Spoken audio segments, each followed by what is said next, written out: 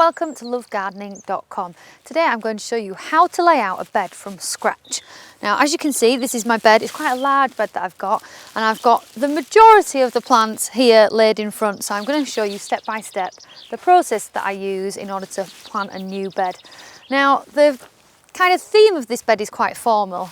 So you can see we've got this big old Victorian house and it's got this lovely symmetrical architecture. So I want to use that to inspire the beds. I want them quite formal, and I'm going to keep that symmetry going all the way through them to a certain extent anyway. Now, the first things I'm going to put in are my shrubs. So that's the big plants. I've got quite a lot of evergreen going in because I want them to have structure and form all year round. See, I've got this lovely pyramid yew here, and then I've got these which are lollipop Portuguese laurel, and they've got a really nice glossy leaf. So I've got a couple of them in that bed, and I'm putting one in this bed. Now, the other evergreens I want to add are some more topiary spheres of yew, which is the same as this. Now, when placing shrubs, it's all about trying to create balance throughout the bed. So we've got that structure running all the way through, and thinking about when things are gonna, if you have shrubs that flower, when they're going to flower and what those flowers are going to look like next to the other plants that you place them around. So do you want them to both flower at the same time, or do you want your shrub that has white flowers to flower later in the year before the plant that you put in front? So it's kind of thinking about those timings is really important, so you get, I suppose, the best display all the way through the border.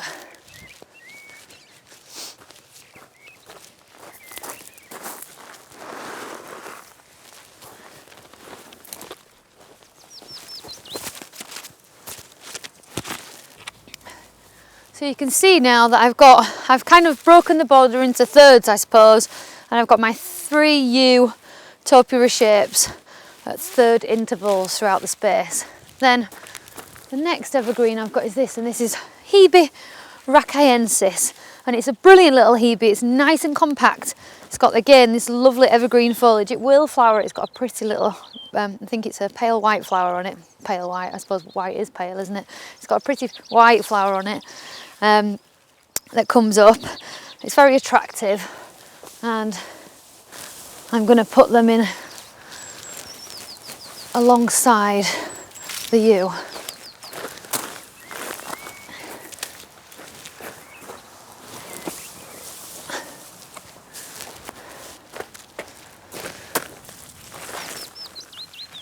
This is a hydrangea, and it's a gorgeous hydrangea. It gets huge balls of white flower on it. It really is quite special when you see it in flower. I'm going to pop that at the back there.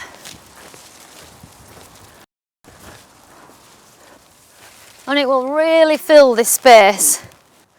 Now, it's important when placing any new plants in a bed to know the overall height and spread of the plant, because everything needs room in order to be able to thrive and do really well, and that's what we want in our garden. So when you buy something in a pot, you know, this will grow, believe it or not, to about 1.2 metres in height. So it's really important to give it that space and make sure you read the label. It's amazing how many times people don't read the label and don't appreciate how big some things get, or how they expect something to grow big and it's actually just a tiny plant.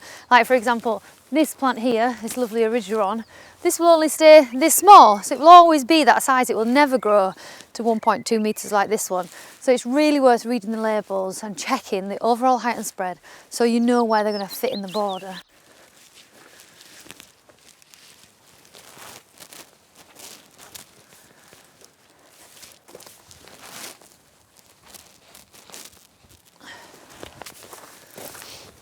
This is one of my favourite plants, Nepeta.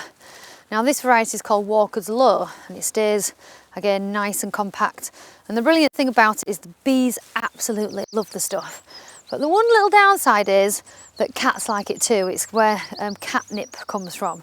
So if you do have cats and you want to grow it, in the springtime, when it's just got kind of a little bit of growth on it, you want to take an old wire hanging basket, turn it upside down over the top of the plant, and that will protect the new growth. And then as it grows, it will kind of grow through, and eventually you will never see the wire hanging basket. It will be absolutely covered with all the new plant growth, but it means that cats can't get to it and destroy it, which they do. They get a bit excited about it and roll all over it and flatten it. So an upturned hanging basket, or wire hanging basket, is the way to keep it if you want cats.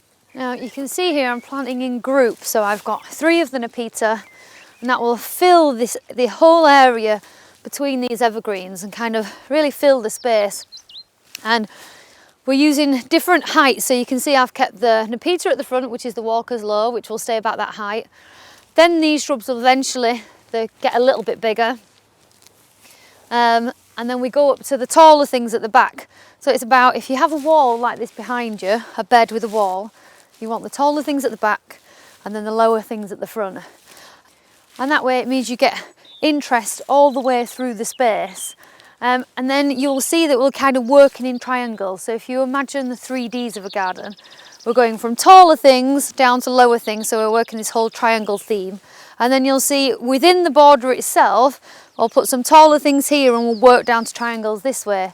So it's kind of triangles going this way and triangles going this way. So imagining those 3D triangles in your head and using plants to create them works really well. It's really good for the eye. It means that the eye travels over the bed instead of kind of it looking higgledy-piggledy and a bit all over the place and haphazard. So thinking about triangles when you're placing your plants is really important.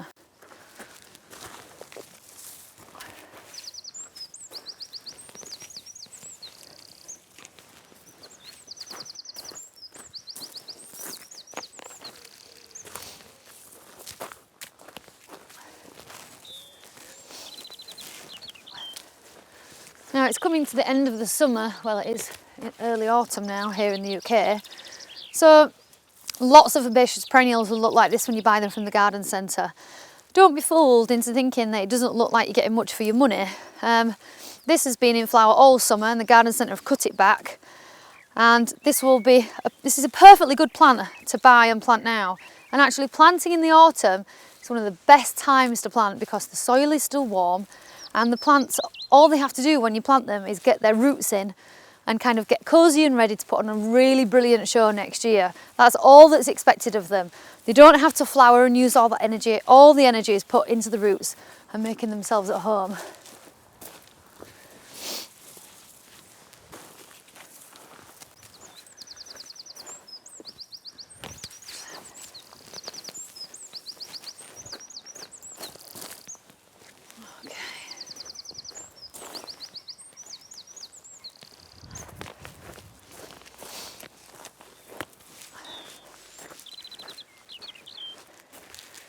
This is a super plant.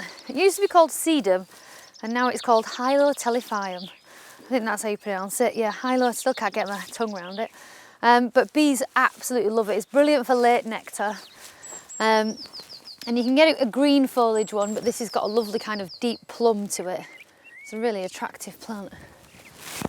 And it will give you nice big clumps of foliage early in the year before it flowers like this. So again, you can see I'm using these taller plants down to the smaller plants. Solinum wallichanum. It's quite the mouthful, isn't it? But it's got, if you look at the foliage, it's really soft and delicate. It's gorgeous. But then it gets these big umbels of white flower on and kind of purple stems. It's really, really very pretty indeed. And it gets quite tall, so I'm going to pop it towards the back here. And I'm going to thread those through the bed because they have a nice kind of naturalistic style to them that I want to run all the way through. They will clump up nicely.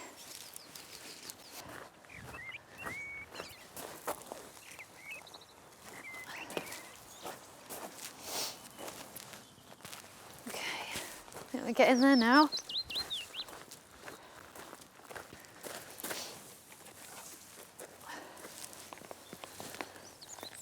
And Naughtier, you can see, it's got these amazing pin cushions of deep burgundy. The nice thing about it is it ties in with this sedum really well. You can see the two deep plum colours together at this time of year. And the butterflies and bees absolutely love this stuff. And the more wildlife you can encourage into your garden, the less pests you'll have. So I'm just spacing 2 of the Naughty down here and then I've got 3 there. So again, it's about kind of continuing this rhythm. So we've got the same things popping up throughout the bed in small clumps, because what you really don't want to happen is to have lots of different plants kind of all interspersed all the way through, because the clash and the kind of unharmonious style of that means that in a formal setting like this, well, you just wouldn't get the formality or the symmetry.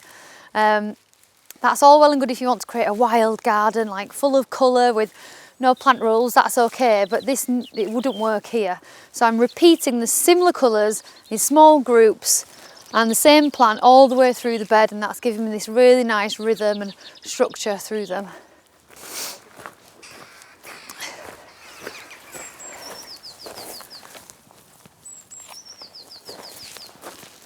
Okay, not much else to go now. This is a little Daphne, another evergreen shrub, very pretty. It's got incredible fragrance, really very nice indeed. Oh, this one, yeah.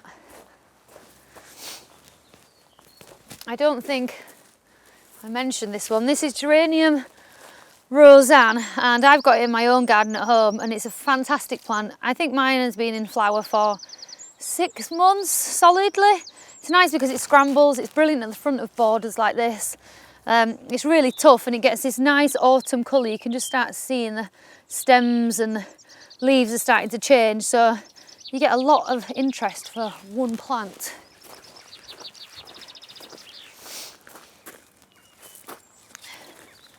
Now these last ones are Verbena bonariensis, so it gets about 5-6 foot tall sometimes, this, if it's happy in its spot. And it gets a really bright violet flower on. It's brilliant for weaving through the backs of beds. It looks fantastic with grasses, and I will be putting some grasses in here later on in the year.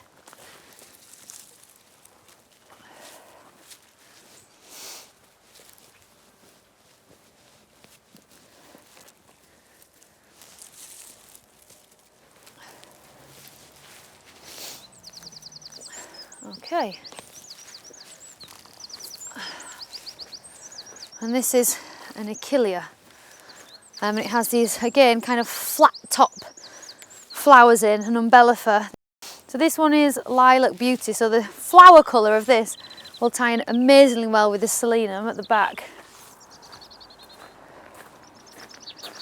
And I'm going to pop them in.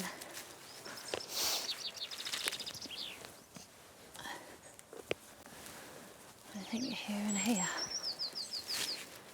Now, I do have more that I want to put in this bed, just not right now. But I'll show you what I've done in this bed to kind of, so I've been able to work out what is going in at a later date. So you can see in this bed, I finished placing all the plants that I had, but I do want more to go in later in the year. So I've put these garden canes to remind me of where I want them exactly to go. So I've got some roses coming bare rooted in December. Well, December, January they might come. And I've also got some grasses and some herbaceous perennials that I want to divide from other areas of the garden, but I don't want to do that yet because they're still looking pretty fantastic. But later in the year, maybe a month to 6 weeks time, I'll dig them up and split them, and that will give me technically 3 plants to fill out the rest of this bed.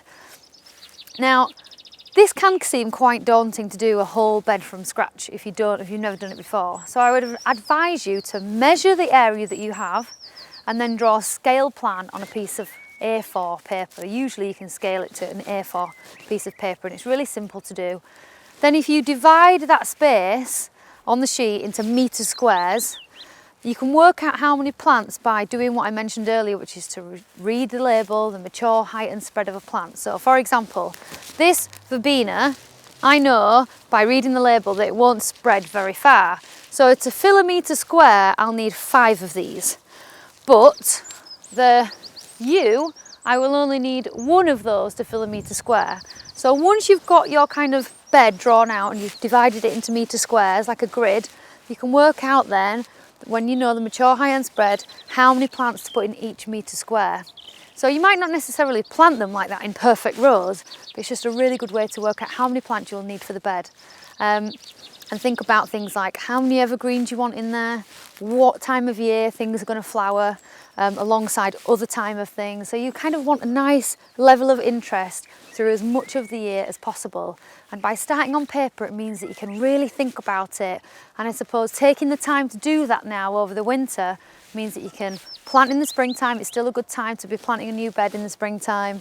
And it means that you'll make any mistakes you've got to make on paper before you go spending lots of time and money on kind of placing out a new bed before you've worked out exactly what you need and what's going to flower when. So I hope that's been useful.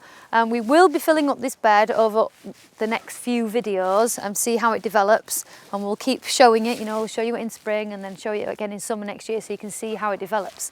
Now if you've got any more how-to videos you'd like to see, please do get in touch. Let us know what you thought of this one, if it was useful, and for more how-to videos visit lovegardening.com.